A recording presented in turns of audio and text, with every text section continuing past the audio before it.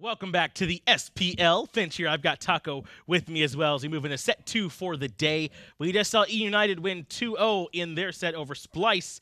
And now we have another set where we have the rising team coming in, going up against a top team in North America. Going to be Trifecta going up against Spacestation. Take a look at the standings here on the screen. Trifecta, or rather Spacestation, clearly the top dogs, 3-0. Can they keep that going up against the surging Trifecta here, Taco? And this is going to be, I think, Paul's ultimate test going up against Baskin here in the mid lane. There's still a lot of, not necessarily confirmations, but people just aren't really sure of where Paul could really stand in comparison to the other SPL mid laners. I think if you can hang with Baskin, you can hang with just about anybody. I think that is very true. Baskin largely considered the best we got right now, right? So, I mean, if you can hang with him in the mid lane, then certainly you're having a good game for yourself. Spacestation Gaming, is the squad around Baskin right here now, and everyone's really sort of coming to their own. Aquarius in particular looking excellent, but really this whole squad. BaRRa just looks so happy compared to everybody else. It's a con. BaRRaCCuDDa's got anger in his heart, Taco. Why do guys never smile in their photos, though? It's a very serious question. Like, Andy's kind of trying to. He's undecided. He's like, is that an Andy smile? Yeah, is that what that is? I don't know. I wouldn't call that a smile. But the Space Station boys, I mean, they're here to win, and they've been doing a great job of it so far. Looking at the top in the spring split, they were able to go to LAN and come out over E United. A little bit of struggles up against the EU teams, but I mean, Space Station continue to look like the top team in North America, and Baskin, a huge part of that for them. I mean, always making the individual plays, following up on the team so well, and continuing to just be a force. Yeah, all jokes aside, I think that Space Station have certainly come into their own, especially riding off the back of Baskin, but I do feel as though this has also been the split where we have really been seeing a lot of standout moments from Aquarius, too. I think Aquarius stepping up has gone a huge way for this team also, because it just means that you don't have to solely rely on one member from this roster. It's not all about the Baskin show as much as we end up talking about him, because he has such great displays most of the time.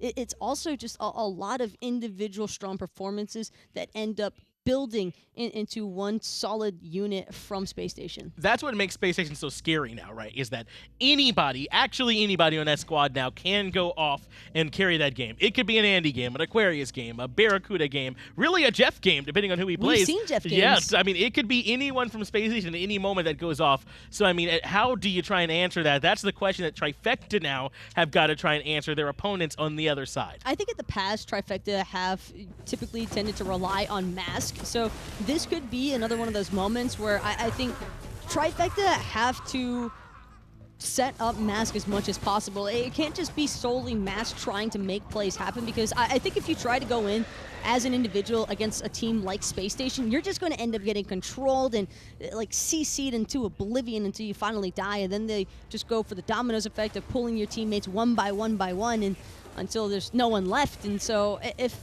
Trifecta want to be able to effectively fight into Space Station, I think that they really need to come together. It can't just be between Paul and Mask, even, I feel. I think that there needs to be a huge step up from the solo lane also. Well, let's see if they can get that huge step up to happen here. Picks and bans are ready between Trifecta and Space Station for Game 1. And we saw the Aphrodite solo get kind of punished. The sustain didn't quite work there in the last set. Let's see if that get prioritized here in Trifecta versus Space Station. North America have really liked these healers. Let's see if they go back to it again. Well, one thing I do remember is prior to the LAN, Space Station were very open, even while they were here, about being heavy scrim partners with E United. Right. So I'm almost curious to a certain extent if that still maintained the same relationship throughout the summer split after the LAN, because that could very well mean that we might see some heavy similarities in Space Station's playstyle and their drafts, much like what we saw in the last set. That's right. We saw even earlier in the week, in Week 1, that both of them were prioritizing Chang'e when really no one else was, probably from their scrims. We definitely see those results of their prioritization picks kind of coming out in their picks and bans, and there it is, Trifecta banning away that Chang'e away from Space Station. They don't want to see Aquarius styling on that anymore, and they prioritize the Athena in their first pick. I like the Jingwei ban out also, because it means that BaRRaCCuDDa is not going to be able to have the same sort of rotational effects. Right. Also, banning a Jingwei means that you're going to be able to ensure that you get a priority pick like the Athena. I think that that is a very smart choice from Trifecta. A little bit of global presence can go a long way for a team that's got a pretty steep mountain to climb. Wow, prioritizing Hunter mid. At least that's what that feels like here for BaRRaCCuDDa and for Baskin. When a lot of the times we've seen jungle and, you know, like solo laners get prioritized earlier on, like with some of these warrior picks, some of these healer picks. Instead, they want to make sure they get the Hachiman Thoth picks taken care of right away. I think that the Agni response from Trifecta was also kind of mandatory, because if you don't allow, or if you don't pick your mid laner in these second and third slots, then Spacestation are going to have such an easy time banning away some of the gods that would have the potential to match the Thoth range. Agni, I think, being one of the few gods that can stand to go against the Thoth here. And I think that Paul has done a great job flexing his god pool very early on. It hasn't just been like Habwas and other like cheese strats or early pressure strats, right? He's played the Raigens, now playing the Agni as well to go along with it. I mean, I think he's showing us that he can play different picks. And I also really like what Spacestation chose to do here. By going for the Aphrodite in that third pick slot, they're going to be the ones who have the ability to ban Odin. And even riding off of what you just said, I also feel as though that's going to play a pretty heavy part, because you need to have some form of ability to try and match it. That's right. We'll see if Agni can try and match that up. How can Spacestation, though, respond to the sort of global pressure that's going to be coming out from the Athena Ratatoskr? This combination's been very, very potent, and Spacestation have got to draft some kind of answer. One answer is just to heal through it with the Aphrodite, so maybe that'll be the play. Well, I really like the Neath ban, because that takes away some more of the global setup factors that I think Trifecta were looking to rely on. Right now, Athena, Agni, Ratatoskr, plenty of control within those three gods alone.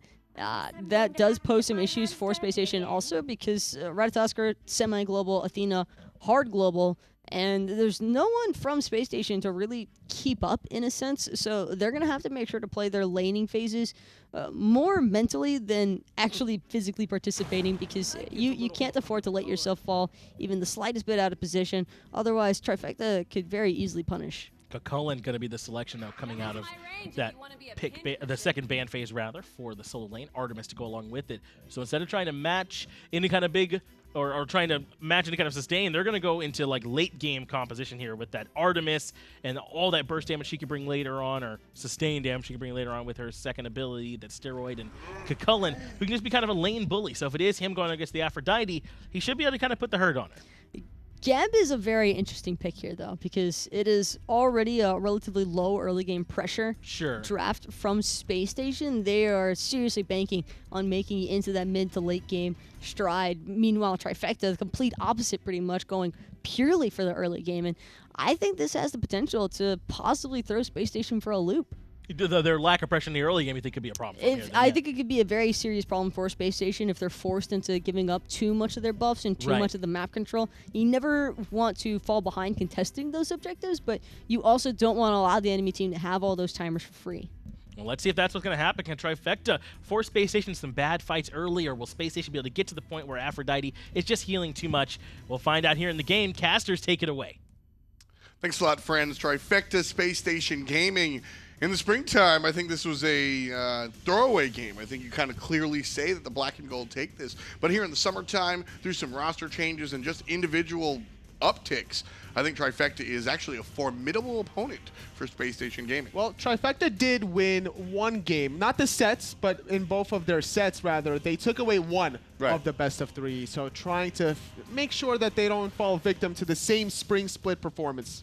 Right here in the summertime, Trifecta trying to take advantage and bring it to that next level. Did you agree with the analysis on the desk about the drafts? I think that the draft's definitely favoring out Spacestation Gaming. Thoth for Baskin. That's all I need to see, and I'm good to go with the black and yellow. I'm kind of there as well. But across the way, I think it's really important that Metyankey has a god like Artemis in his hands. Whether or not that'll be enough to take the whole game is a different question. That's the question I posed to y'all out there in Mixer Chat. Let us know in the poll who's going to take this one at the end of the day. I'm just excited to see some good old-fashioned Smite. Let's get right to it. Game number one, Spacestation Gaming versus Trifecta. And they have a lot of different options in terms of the early, mid, to late game. BaRRaCCuDDa playing this Hachiman has a lot of early game potential, and then you got the late game prowess of the Aphrodite Geb safety to make sure that when andinster does commit to a team fight where he's always looking for a flank, we'll be able to get out of dodge. I think Scary D, Mask, Paul. I mean, everybody on Trifecta seems to have a god that they're extremely capable on. Mask has really become the Ratatoskr player here in the Smite Pro League. Scary D has transformed himself, no pun intended, while playing the Chulainn, excuse me. And Paul a player that everybody focuses on Hebo and what he's done there as far as his crazy kills are concerned. But the Agni has been a powerful choice for the minor league player in his past. Whereas across the way for Spacestation, I see a more cohesive draft. So this to me is really, can Trifecta outplay Spacestation on the individual level, or will Spacestation's well-balanced draft really be the demise for the blue team? It'll be quite an achievement to outplay Baskin, especially with Paul's build having a very small health pool entirely. Baskin kind of seeing what Paul is going to try to do as Andinster is playing around with Mask in the right side mids. Gets hit with the taunt and the zigzag as well, but Paul's waiting right there to find him, and the dot'll do it. First blood for Trifecta. Paul with the aggressive dash, helping out his jungler, Mask, and putting his team on the board. Mask doing a great job applying the stunt to give the timing for Paul to hit the dash and getting all the ticks of damage. Not only that, I believe he did have his passive stacked up from basic attacking the left side mid camps to make sure that he would have the extra oomph that he needed to find the first blood. Again, Paul, known for the Hebo, but a very wide mid laner in his own right. He's a skinny guy. It's not a fat joke, I swear. It's a 60 power that he puts in his build with the Talents Trinket. 1,400 gold. It doesn't matter what god he's playing, whether it's Habwa, Agni, or otherwise. He is looking for the burst. Yeah, every single time looking for it. And don't forget, it does bring him a little bit of health sustain. Obviously not going to help in the mana department, but certainly brings a little bit of the health sustain.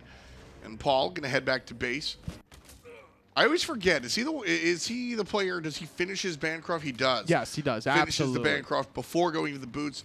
I usually don't like this look at it totally, but I think on a character like Agni, it's certainly a way to go. It's a huge power spike play. Think about it this way. You're getting an additional 40 magical power as opposed to tier 2 boots, which gives you about that, 12% movement speed or so. You're looking at about 20 power, so you might as well get the extra power and burst people down. You have enough of a safety window between the dash and almost hitting level 5. No one's going to want to come close to you anyway as Agni. Sacrifice the mobility for the power. That's the key, is that he has the dash. On the other characters that are less mobile than the Agni, I kind of like to see the boots come out because you're not stacking anything. Usually when we see the item rush before the boots, it's because there's a stack component. And with Bancroft, you don't have to do that. So usually I question the choice of going Bancroft first, but as you brought up, it allows him to be early, or allows him to be aggressive early on. That fits his playstyle. And then specifically on the Agni, he's got the chance to run away anyway, regardless of movement speed. Metyankey patient to hold onto his third ability until the Geb shield fizzles away from BaRRaCCuDDa. Great timing, just to force Barra to use an additional health potion that he might have wanted to use later down the game. One of the big things about playing Aphrodite there in the hunter role is, or excuse me, the Artemis. Both great of the goddesses in their own right. But one of the things about that Artemis is how important her poke is. Once upon a time, she was the most poke-oriented hunter. Now the game has sort of continued past that. I think you look at characters like Medusa and Hachiman that kind of really do poke really well, but understanding that's a core part of what she does when she's going to clear those archers with Suppress the Insolent, you got to find that poke. So Metyankey certainly bringing that part of the game back. And while BaRRaCCuDDa and Jeff getting their own red, a good freeze by NeiruMah and Metyankey, denying about 3 melee minions. Mask going to be taunted and ulted by Baskin right in the face. Paul gets dashed on and stunned. Not going to be the secondary target as he dashes away.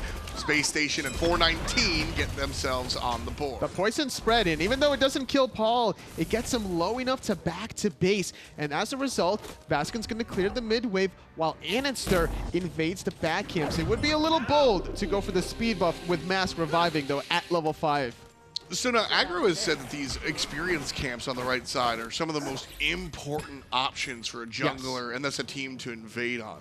Every single minute that they respawn, you're looking for any additional farm. Waves come and go every 30 seconds. Those back camps are the next time-effective clearing thing. So making sure that you maximize your lane bully dominance, whether it's solo lane or hunter lane, or jungle, that's the way you can start swinging the momentum. Back in Season 4, it was the Fire Giant Elementals. In Season 5, it's the back camps. And here in Season 5, as a jungler, I mean, as anybody on the map, really, I mean, you got to know your ABCs. always be clearing. And when you're looking for those invades on the experience camps, it's just another thing that allows you to occupy your time positively by finding the experience and the gold. Just like andinster invaded about 30 seconds ago, ScaryD having the momentum against Aquarius's early Aphrodite, groups up with Mask, invades those back right camps in response. So far, teams have been relatively quiet. Trifecta do find themselves up almost 1,000 gold. Large part of that due to the first blood. 682, so not as much as I initially thought. Just a little bit more than the first blood that they got a little bit earlier. But that said, Spacestation able to answer back and still not going to take the lead. It's the experience difference between BaRRa and Metyankey. That small half of a wave zone is all they really needed to get themselves this small lead. And still looking to freeze the left side. One of my concerns about Paul was how he was going to transition into the Pro League. NeiruMah taking an aggressive stance here, but opting to go play it safe. He's very aggressive, almost to a fault, and at points the term pub stop has really come against him. He was definitely a little bit better than a lot of the players in the minor league. Invade on the right-hand side. Baskin looking for the ultimate on top of ScaryD. Will shotgun it, but he had the mitigation from the Athena. Dashing forward, ScaryD finds one. Baskin gonna die, and that's the all-out retreat from Trifecta. What I have been impressed with Paul, to wrap up the comment, was that he's adjusted his gameplay in a sense that he's joined the major league and has adapted successfully, but he hasn't given up his own play style, Tilly. I mean, hey, listen, a high school recruit doesn't get to the best college by not making those highlight plays, as Paul uses the Aegis, trying to survive, needs to find a way out there, but he's surrounded by just too many bodies. That alarm goes off when Agni dashes, right? As soon as the dash goes down, Agni usually follows it, and Paul will die. I don't think that's reflective of him being over aggressive, as our topic conversation sort of comes right in front of us.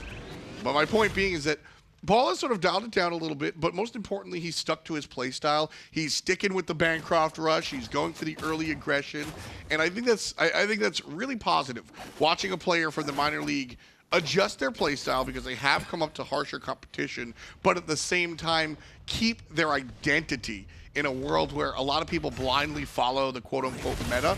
Paul's not doing that. He's doing his own thing, and he's looking to find success that way, and I really appreciate that, Tully. You got to grab the attention of the scouts somehow, and Paul definitely did that by being Grandmaster consistently in the top 10, if not the first place in North American region, alongside his QO partner, Mollusk. Yeah, I mean, usually when I look at ranked performance, I don't really... Frankly, I don't really care all the time. But when you are consistently that high up, that says something. Yes, and because of the fact that you got to start somewhere. And ranked is a stepping ground for a lot of players, myself included at the back of the day. Like, there's always going to be those platforms you have to kind of transcend. And Paul, Aquarius went through it. Everybody's gone through it one way or another. I mean, world champion Polar Bear Mike. You guys drafted him, right? It was literally after one of your teammates played with him in ranked. Yeah, the way you handle yourself in certain games and situations will transition from league to league, from platform to platform. So making the necessary transition, Paul, not a bad fit in the SPL caliber. Not quite yet. Not quite showing negative signs just yet. Trifecta certainly looking to improve. ScaryD was just messing around in Spacestation's jungle and caused an entire 4-man rotation. 3.5, Baskin didn't really fully commit, but a huge team rotation to the right-hand side. ScaryD able to escape, no problem. But now the blue buff on the menu, and ScaryD going to be cooking it up there nice and easy. So another stolen blue buff away from that Aphrodite. At this point, it's not that big of a deal. You're sitting at level 10 Aphrodite with Choose to Focus. Plenty of base mana to keep yourself sustained, but the problem is you don't have the MP5 from the blue buff, and without Breastplate of Valor completed, there is a small window where ScaryD can be hyper-aggressive and look to try to trade his own life resource for the mana out of Aquarius, which could set up Mask with the global pressure. Don't forget, NeiruMah's Defender of Olympus. Aquarius not going for the breastplate just yet. Red buff invade successful. Baskin will hold that. That said, BaRRaCCuDDa won't. He's going aggressive, and Metyankey drops an ultimate of his own. Just barely going to survive the shot from Baskin.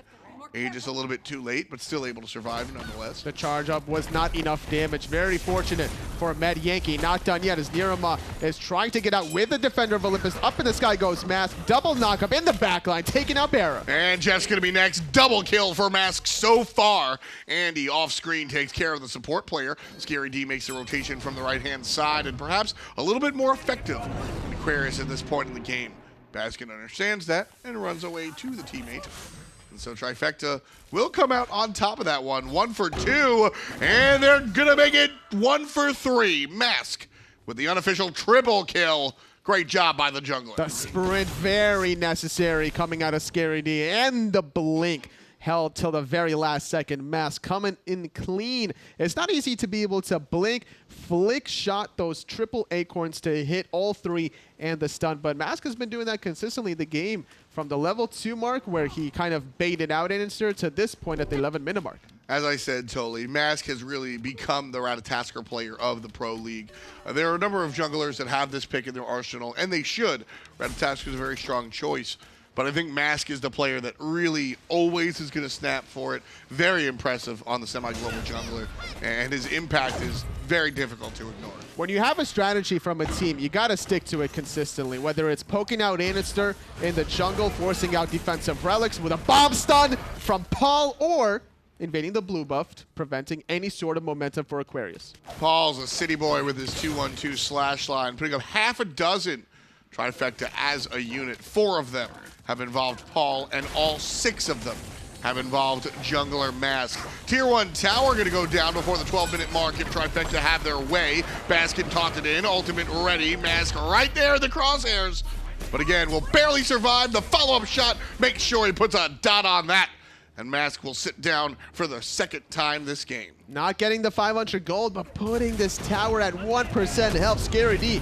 Jumping over the walls, bombs raining in on JeffHindla. There it is. There's the flames. Love the damage coming out from Paul right now. He's number 4 on the player damage, and actually only number 3 on his team. But I think that has more to say about how successful Mask and ScaryD have been in their particular roles so far. And I think it's the timing window. JeffHindla just now completing the Gauntlet of Thieves. Doesn't really have any stacks to his name, and not only that, he's only level 8 Geb.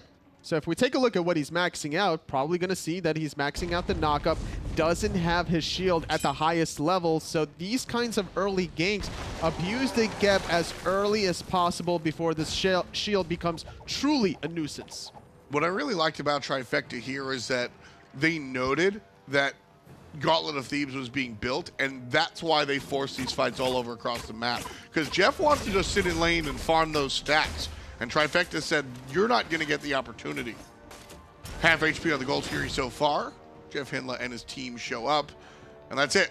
Trifecta just testing out the alarm system. I like it, because you're trying to see if you can bait out Baskin's ultimate, that final judgment. If you don't have to worry about that, then the next team fight becomes a lot safer for Trifecta. Their comms become less cluttered. They know who to dive, and without having to worry about much return fire, they just have to worry about the heals from Aquarius instead. Our 2 hunters are the ones picking up the purple buffs in this game, Toli. Is this just a matter of convenience because their support wasn't around? Yes. Or is there something else there? That's basically it. Their supports are going to be middle, trying to make sure that their mid laners are super safe. And with all the action in the mid lane, if you're leaving the reds for your mids, well, you're not just going to let the purple buff fizzle away. If there is a 1v1 boxing exchange, have the purple buff anyway. Red buff looking to be invaded, but it's NeiruMah by himself, Mask in the wings, and Spacestation will be the one confirming their own red. Baskin picks it up one more time. Trying to make something happen is Mask. He has the blink available. Could go on BaRRaCCuDDa. And he will because of eating the trap. And there's the stun. Able to dash away as BaRRaCCuDDa. Not too big of a deal for Mask just yet. Tier 1 tower doesn't exist. So that's a safer dive than it looks like. NeiruMah surrounded, gonna get stunned by Geb, stunned by Baskin, knocked up by Geb, but he will still survive. P.S. Trifecta pick up the gold scary, they pick up the support, they pick up the mid, they pick up the jungler. Double kill for ScaryD, 10 kills in total. Aquaman here, ultimate on cooldown. 4 players in Trifecta jerseys.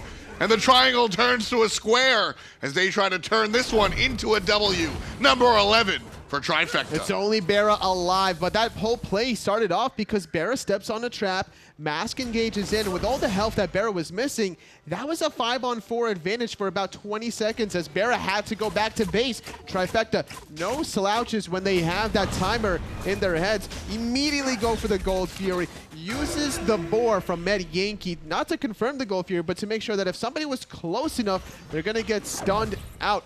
Baskin and JeffHindla tries a little too hard to take out NeiruMah, and they get punished by Paul's rotation. This is a great squad, Anatoly.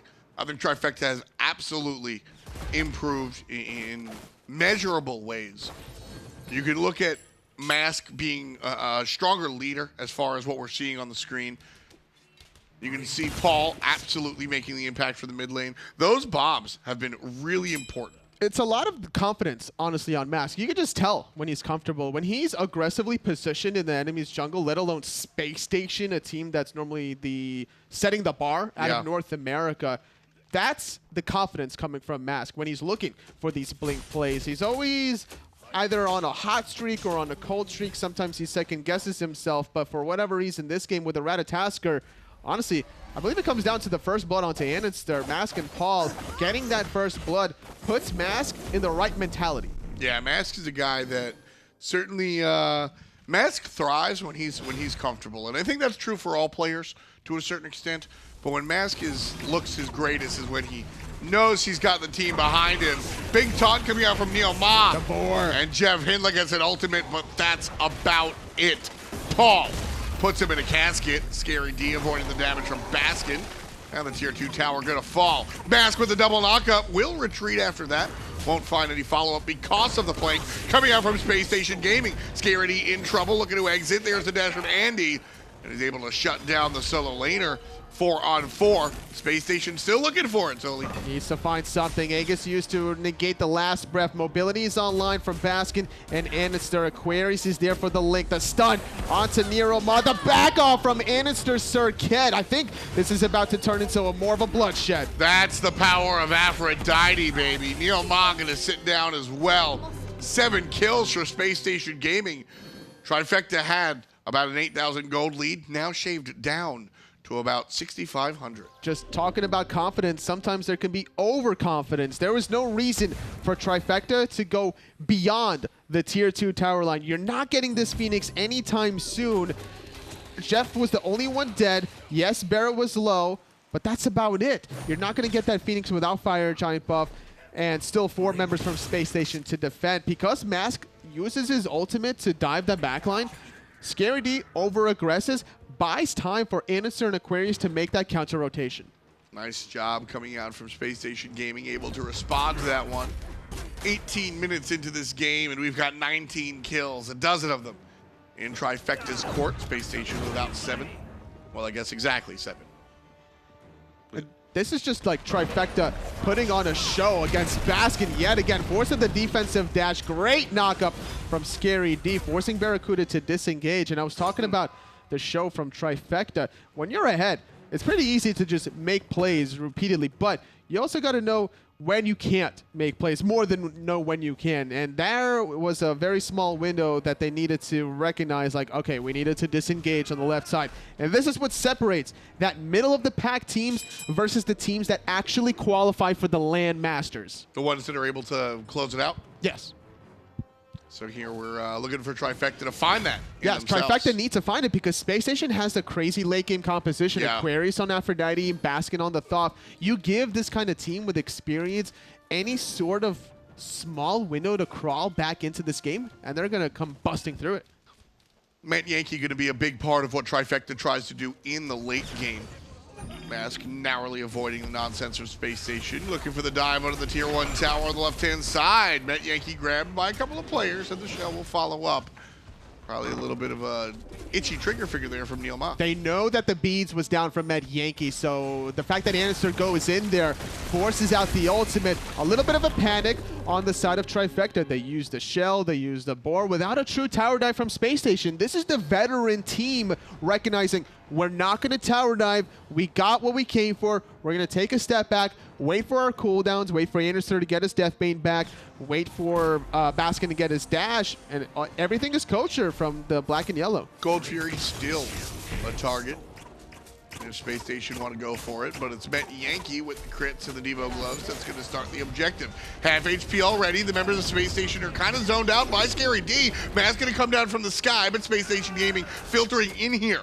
So Trifecta a little bit wary. Picking it back up, 25% of the Gold Fury. Scary D blocking the only entrance in here. Long range damage? No! Trifecta get the Gold Fury, and they're on the run. Oh, Scary D barely avoids the stun out of Baskin. This is the clean disengage that Trifecta needed to do, but did they give up too much? Space Station rushing towards the right side of the map. Just crossing the street without looking both ways. Mid lane tower hanging on by a thread, not even interested. The minions can take care of that if that's what Space Station want to do. Not even the Pyro. They're looking for the big boy. Fire Giant down to 90. They got Final Judgment, which outweighs the triple bombs that have a little bit of an intervals in between. Boar coming out from Metyankey, but it's not in range of anyone. It hits the Pyromancer instead. That's totally fine. It's the zoning ultimate.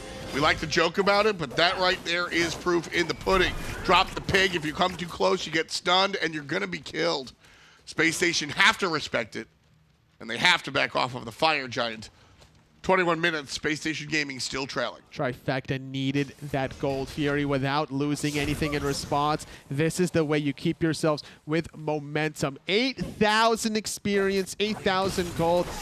It's looking really solid for the Order team. So right now, Space Station Gaming are behind the 8 ball. And they haven't been in this position often in Season 5. They've consistently found themselves up and ahead against their opposition. Now that they're down Anatoly, how do they claw their way back into this one? Well, they tried to go for the Fire Giant, but that Boar, unfortunately for Metyankey, stopping them in their tracks. They could have looked for a potential bait play and try to kill Metyankey after that Boar was down, maybe force out some defensive relics, but not wanting to take a team fight around that ping-ponging Boar. They're just going to be patient, honestly. They don't have to force anything when they have so much sustain from Aquarius. Looking at the anti-healing options, there is a Pestilence on the side of Scary D, but I'm not seeing really a Cursed Ankh with all 10 relics, so it's still going to be a lot of out-of-combat healing from Aquarius.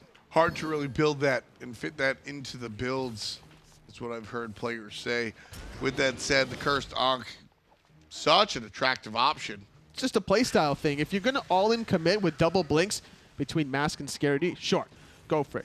But if you get the Cursed Ankh upgrade, then you have that extra burst damage to really punish whoever gets healed whenever Aquarius links somebody.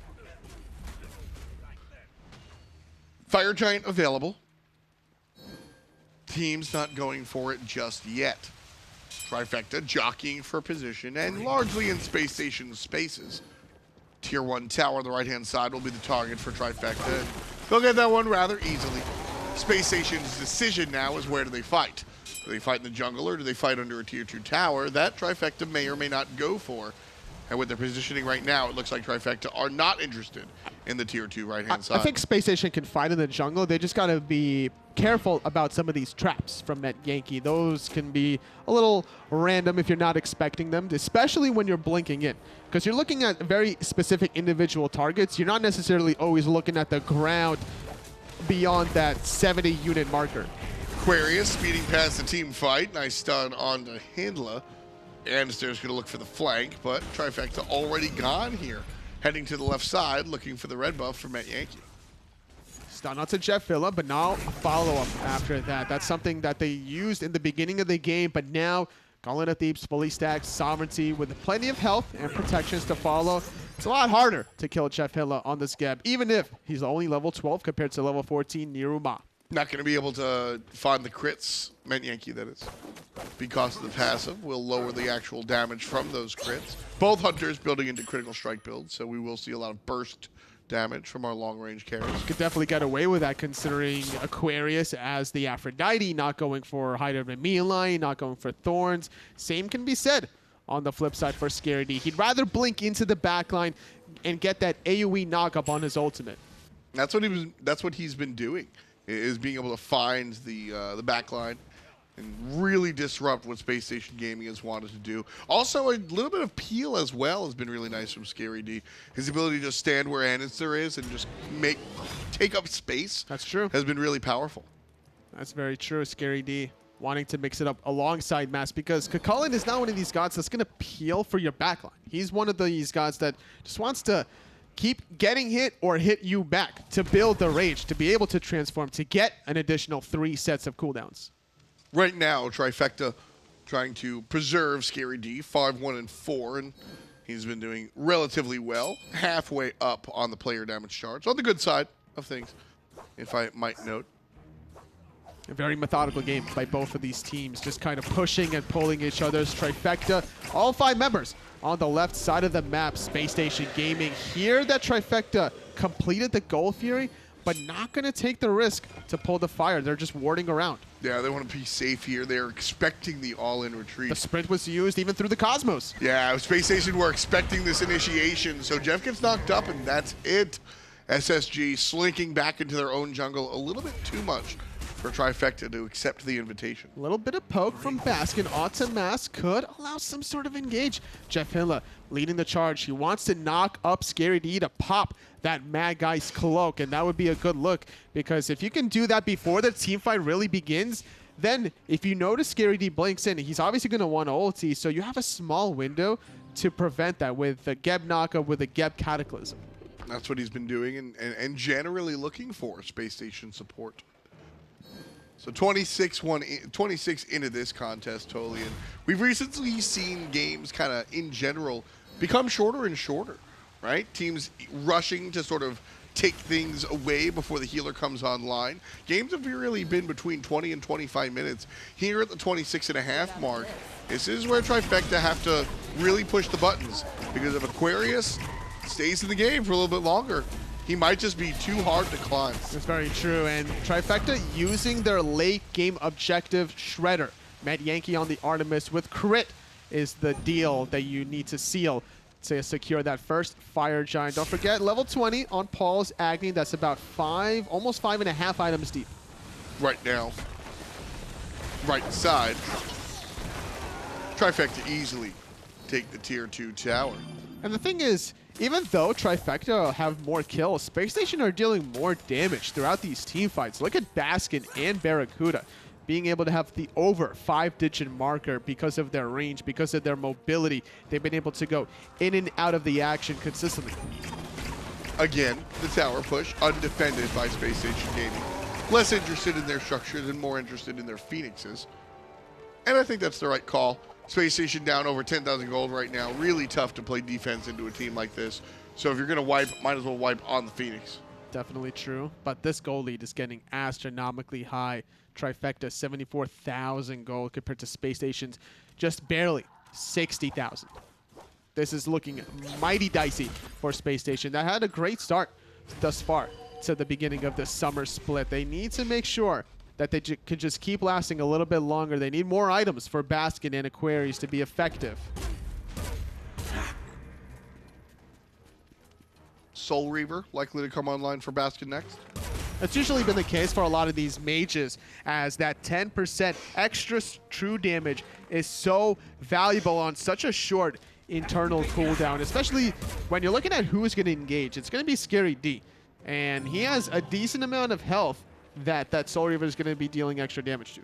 That's going to be a big part of how Space Station find their way back into it, if they are able to at all. The defense for this team, certainly nice. I like the Thoth, I like the Geb when it comes time to play defense. And Aphrodite obviously lets her healer side shine when she's trying to assist her teammates in those scenarios. Also, for what it's worth, as playing the Aphrodite, if you're able to sort of lay down your birds across instead of down, what I mean by is horizontally into the Phoenix, you create this sort of danger zone that the player really can't stand there. Like normally you'll see the player stand there. You can really hit players with the birds, and Aquarius right now has a decent amount of power and can provide to the damage, certainly. And andinster is going to be linked to Aquarius in some of these team fights. If you can look for the blink, engage, back off combo to slow that backline carry, get extra damage off to maybe get someone close enough to the lethal of the last breath to potentially spread around the team fight is what you're looking for from Spacestation. Paul, on the other hand, is looking to disrupt that by himself. The long-range nonsense from Paul should be a good thing. Certainly a nice way to initiate, find a stun from a distance. Can't find it there just yet. Not trying to... He's trying to pop the Mad Guy's cloak from andinster. He knows that he's right around that corner, but not able to find a sprint from Trifecta. They want this middle Phoenix. And the shots from Metyankey going directly on it. Meanwhile, the shots from Paul going on everybody else. Mask can't quite finish JeffHindla, but Trifecta can finish the mid lane Phoenix. Triple stun coming out from Paul to keep the enemy at bay while his team about faces and sends themselves back into the jungle. Even with the taunt from NeiruMah that has Stone of Binding with the recent changes of the aura, penetration going from 10 to 15 to your teammates, not enough to take out the life from JeffHindla. That's only 4 items deep on this gap. It's only going to get more difficult from here on out. But they got what they came for, which was that that middle Phoenix originally. The shell absorbing some of the basic attacks once you upgrade it, making it more difficult for Metyankey. Even though he gets hard countered by Geb's passive, he gets even more countered by the shell upgrade. And that's going to be a strong choice from JeffHindla. 31. Trifecta looking to close this out. Are they playing too slow, Tully? No. Or are they playing just right? They need to play carefully like this. The way they're closing this game out, the first Fire Giant, they got the first middle Phoenix. They can easily set themselves up for the remaining 2 with Enhanced 1. This is the way you need to close out games in the SPL level. No teams are just going to allow you to go into the throne room carelessly, especially against Baskin stuff. He has so much capability of just shutting down any sieges with the stun range, the final judgment. You put disrespect on the name, you're going to get punished. Big deal here for Trifecta with the Fire Giant is, while Fire Giant regen is not going to match a healer like Aphrodite, it certainly will allow them to stay there and stay local a little bit more so than they would otherwise. SSG will have all the healing and sustain in the world, not just because the Aphrodite, but because they're 2 steps away from their fountain. So Trifecta with the Fire Giant, this will allow them to engage, back off, and engage a second time. It's very true, and these Phoenixes don't have much life left in them. As Trifecta trying to barrel down that left side of the map, Mask trying to sniff someone out. andinster not going to get canceled. On the back, he was between the melee and the archers. Trying to make something happen with the rest of Trifecta is important to make sure that they don't get isolated. That's why each and every single member grouped up. Paul is going to go for his red buff, but I don't expect Trifecta to really start the Phoenix Siege without their Agni. They're just going to ward up aggressively and wait it out. Agni coming up to meet the team on the left-hand side. Junglers will be pushing in the mid lane. You can see Ratatoskr there, and he will undoubtedly be met up by andinster. The rest of the team, 4-on-4, will fight on the left side Phoenix. Mask going to be able to split the uprights with his global pressure. That's what Ratatoskr brings. That's why you pick him. You're able to make the plays with not only the blink, but through the cosmos. Baskin going to be able to defend the mid lane with his range. He can also always dash whenever this is possible, clearing out this ward. Meanwhile, from the sky, the Rat looking for it. Good crits onto the back line. Spacestation's Titans under attack by the right side, by the mid lane minions. Left side Phoenix still alive. Metyankey not quite. BaRRaCCuDDa gets the kill there. Scary D on the run, and Spacestation Gaming hit the gas. Final Judgment and Cavalry Charge eliminates the Artemis player. Scary D narrowly avoiding the stun. Jumps over, but still with another hieroglyphic assault. Baskin gets the second kill for Spacestation. This could be a turnaround. This definitely can be. They've got 9 kills now, and they're climbing back into this one. Gold lead is not quite irrelevant because Trifecta do have more items than Spacestation Gaming, but it's much less than an 18,000 gold lead. That's true. And the thing was, the way that Trifecta engaged that through the Cosmos was used to zone more than to actually do anything. He didn't land. Mask didn't land onto Baskin whatsoever to disrupt him, to make him use that dash defensively. And because he had all the freedom in the world, he perfectly aims the Final Judgment to clip Metyankey. The Cavalry Charge on top of it caught Metyankey by surprise. He didn't even use the Aegis in that whole skirmish. And now Spacestation Gaming, the ones that are taking them to town. Trifecta only watch as their tier 2 tower falls down in the middle lane. Space Station, on the other hand, still looking for more. We'll go to the Pyromancer, but here comes Trifecta, healed up, ready to go with the Fire Giant in tow. Mask made so many great early game plays, but now he's just kind of second-guessing himself. He needed to dive that backline. Scary D was already absorbing the Phoenix, so you don't have to worry about that. You have Bulwark of Hope for the magical defense, the 200 health. You have Masamune to be able to build up a little bit more defenses as you're diving in anyway, so why not take that risk? You've also got the healer with the Lotus Crown, right? You're going to be able to have your little bit of support there if Aquarius is going to link up to the andinster.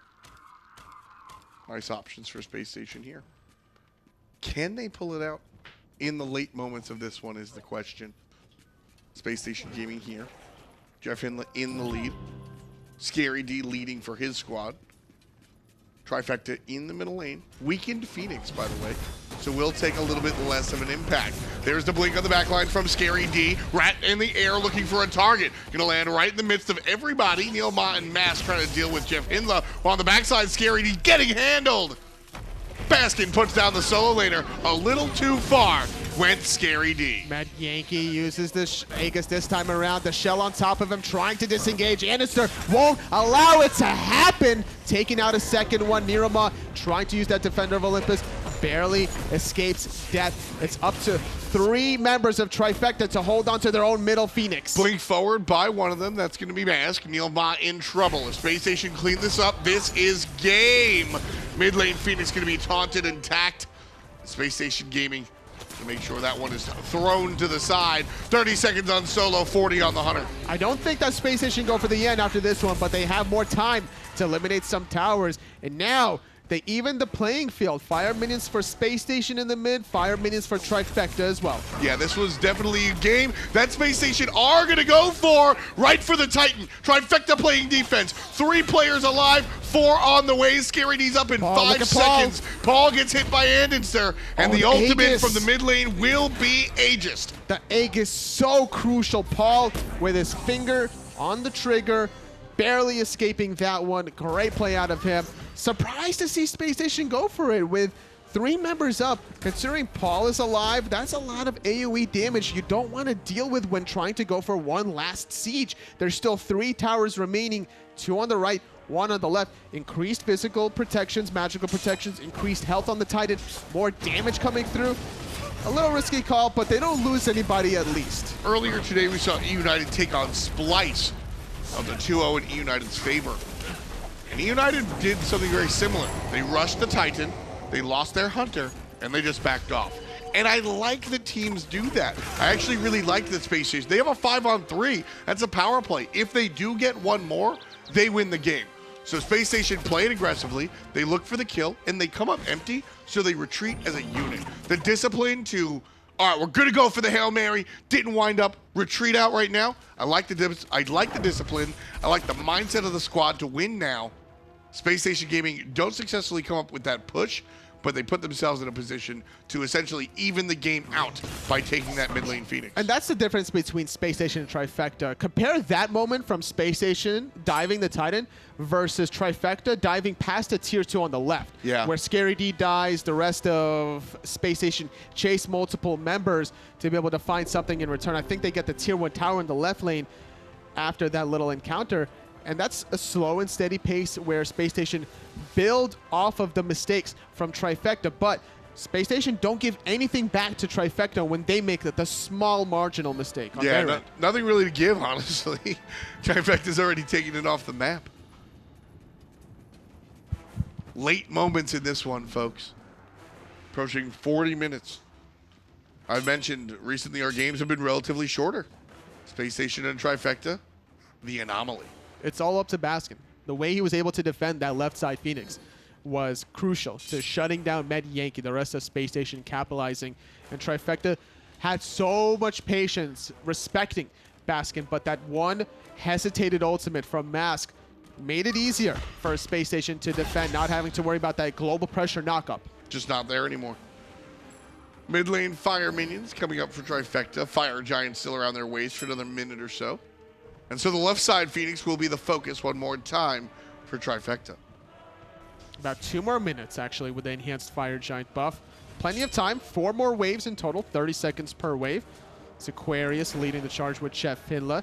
Needs to find an option in. He doesn't have the blink. He'd much rather defend inside the heart of his Phoenix than leaving the outskirts. Mask here in the middle lane will go into the ultimate. Baskin already made the rotation. Andy's going to be next. There Mask you go. on Baskin. Baskin underneath the ground. Trifecta with the first shot. Paul making it rain on the back line. Nice push by Scary D to separate Aquarius from his tether. They're going to link up one more time to the Hunter, and Andy gets the kill. Needs to find that 1-for-1. He gets it, trying to run away. Andinster has the Mad Guy's Cloak to disengage. Paul stun, not going to be on the mark. JeffHindla gets knocked and turned around. 3 triple stun, but no follow-up. Mask, this time forced to use the beads. The rest of Trifecta gets the middle Phoenix. BaRRaCCuDDa takes care of Mask, and Andy going to get chunked by Paul. The mid lane Phoenix still alive. And the remainder of Trifecta on the run. NeiruMah stunned out by Aquaman, trying to follow up his space station. But a beautiful stun from Paul one more time separates the squad. He's leading the charge. Scary D trying to peel for his mid-mage. He gets in the thick of things. Aquarius able to heal up the rest of the team. Spacestation Gaming are not done with this chase. A double knockup from JeffHindla. NeiruMah trying to disengage as the bombs come raining in. Paul doing a great job of keeping the enemy at bay, finding the harder stun there. Stuns. Wow. With the 2 combo. Flame Wave stun is just harder, and he's able to find both the Flame Wave stuns and the bomb stuns. Paul playing out of his mind right there, and it could be argued, Anatoly, that Paul saves the game right there. Multiple times. Space Station Gaming against a different character or a different player, catch up, kill those 3, and take the Titan. Paul a number of times. Stun, not 1, not 2, I'm on my LeBron stuff, not 3, 4 players by himself. Yep. How many times in that chase? At least 3 different encounters between the middle Phoenix from Space Station all the way down to Trifecta's dual lane tier 2 tower. That travel time, man. Space Station wanted more. Yeah. As they should. That was the absolute correct call from Space Station. Chase them down, kill them, get the game. Paul, who has made a name for himself and was arguably drafted on his offensive prowess, just saves the game with some quick defense there for his team. But it's not only just the Agni stunts, whether it's the bomb stun, whether it's the dash stunts, it's also the taunts from NeiruMah. Yes. He makes it easier for his mid-mage to get that off, and that Stone of Binding for the 15 penetration, extra damage for Paul and the rest of his teammates. And very early on, Paul and NeiruMah able to escape that because Scary D, those 3 players really, really, really keep the entire team in the game here. And we've got a whole new combat. This one was Trifecta's game to win. Then it was Space Station's. And now it's anybody's ball game, totally. Nice and even here at 42.5. Fire Giant has spawned.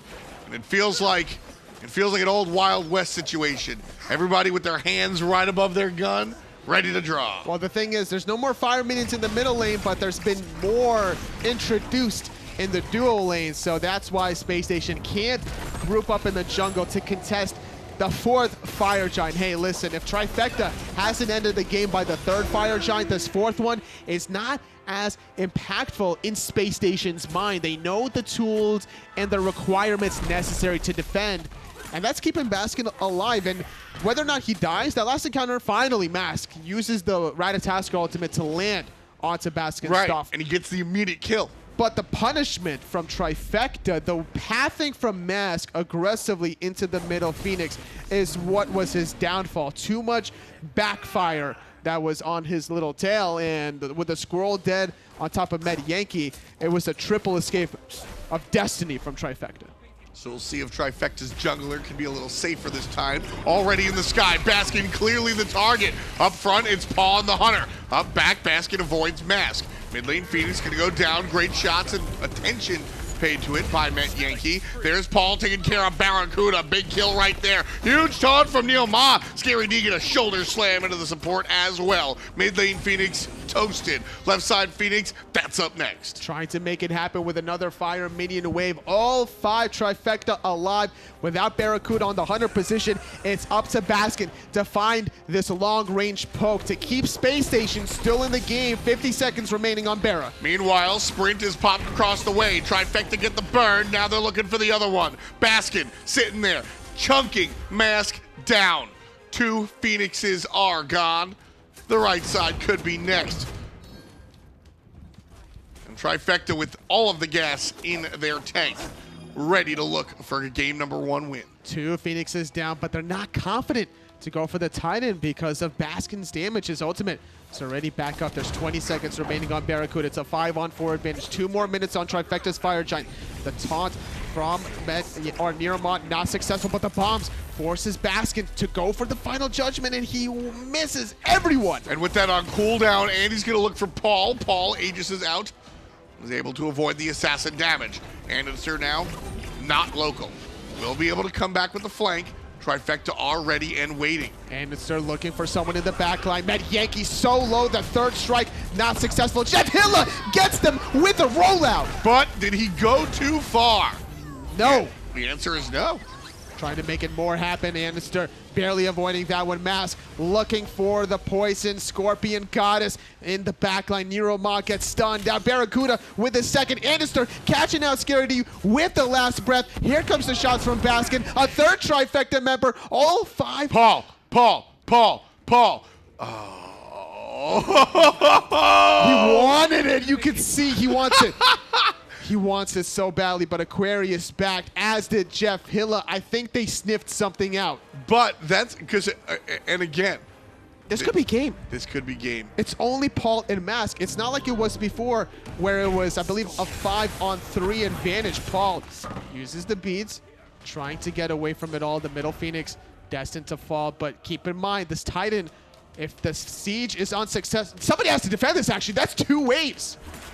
Somebody has to defend this. Where is Spacestation to defend their own Titan? They're going to go for the end here. Blinking in the backline is Mask, forcing out BaRRaCCuDDa from the Titan room. It's getting lower and lower, but look at Spacestation's Titan. It's a race. It's going to be 50% on the one on screen, 10% of the one off screen. Paul gets 1. That's going to lower the... Who won? Spacestation won. Who wins? Spacestation won the game. Are you sure? Yes, because the Order Titan failed. Chaos Titan, 1,700 HP left. Wow. Oh, wow. That was that's as close as they come, folks.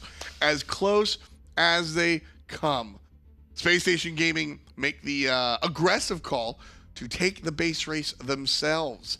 Their Titan standing with 1,700 HP at the end, but SSG take the game. This is the kind of plays that SSG make, and they make it work. They disengaged from that siege about 10 minutes ago, where they made it almost a possibility 5-on-3. Paul a little bit too good on the defense this time around. They found the opening. Really good, really strong play there from Spacestation Gaming. When Paul threatens to take the game by himself, it's very easy to see the entire team back to base, defend, and reset, and give us another 10 minutes of smite. But instead, you just saw 1 or 2 players make that transition, and the rest of them stayed back, and the player that made that transition TP'd right back in. So they came and looked for the game like that. Spacestation Gaming putting the pedal to the metal. Wow, just remarkable performance from Spacestation. They kept themselves alive through the disparity. They were down about 16,000 plus gold in that mid-game Trifecta, being very methodical and calculating about how they're aggressing these Phoenixes.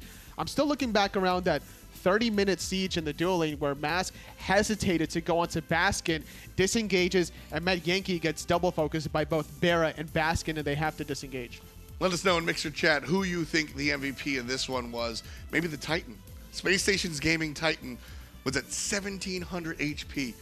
You know, a famous philosopher once said, it doesn't matter if you win by an inch or a mile. Winning is winning. Let's break it down, Desk. Chad, what a rough loss if you're Trifecta, Finch and Taco here, and that's a tough one to swallow. Very close. A matter of inches, as you heard Tom alluding to there, and the repeated strong base defenses from Spacestation are just too strong for Trifecta to handle. I'm not sure what's more powerful currently, Finch, if it's going to be Spacestation's Titan to survive or BaRRaCCuDDa's plot armor. It's strong, isn't it? It's hard to just take it down. And I think that the key difference there is you can look at some of these numbers. I mean, look at Paul's damage. It was like 49,000. My man was doing work on this Agni, and it just was not enough. Repeatedly, Andinster was looking for Metyankey. You can have all the Agni damage you want, but they just couldn't. They didn't have the structure damage that Metyankey there. I think Metyankey just struggled throughout that match because after the early game broke apart and Spacestation started fighting back a little bit more often with Trifecta, Metyankey Metyankey has such a difficult time actually working his way into doing damage against the carries. He can't get in range of Baskin or BaRRaCCuDDa because they're going to be able to hit him from a distance. And if he does push up any closer, we saw how often andinster was looking to target out this Artemis time and time again. Yes. I felt as though Trifecta weren't paying as much attention to their hunter as what they probably needed to. Right, peel-wise, yeah. Exactly. I think they just got a little bit too short-sighted trying to focus on Baskin, and that they were leaving their carries too susceptible to dying also. Well, in the end, it is going to be JeffHindla selected as the MVP, and I think it's because of one of those carries that did end up dying. Metyankey there at the end, I believe, chased down by JeffHindla to get that last bit of damage with the rollout. I believe that is what won the chat over. I mean, imagine Metyankey lives there and does make it back to help out with that defense, then very likely the Titan just falls, the Chaos Titan rather, 2 minions on the side of Spacestation Gaming, and here it is, Jeff going to hunt him down. I was so certain that this was going to be for Trifecta, and Spacestation were going to lose. As soon as I saw Baskin's final judgment, it hit no one. Yeah. Losing out on a huge ultimate like that in such an important base defense moment, I am shocked, honestly, that Trifecta weren't able to finish this one off. And one other thing, for the most part, for a big period of that game, they don't have a lot of anti-heal options. Do Trifecta have? I mean, how big of a difference does that make? I mean, for a long time, Paul didn't have Divine Ruin at all. I think one Divine Ruin earlier on when they actually needed it for Aquarius, because Paul was putting in huge numbers. We saw numerous team fights where Paul was doing 6,000 damage minimum, and it still wasn't enough because probably 4,000 to 5,000 of it was just getting negated by Aquarius. Maybe that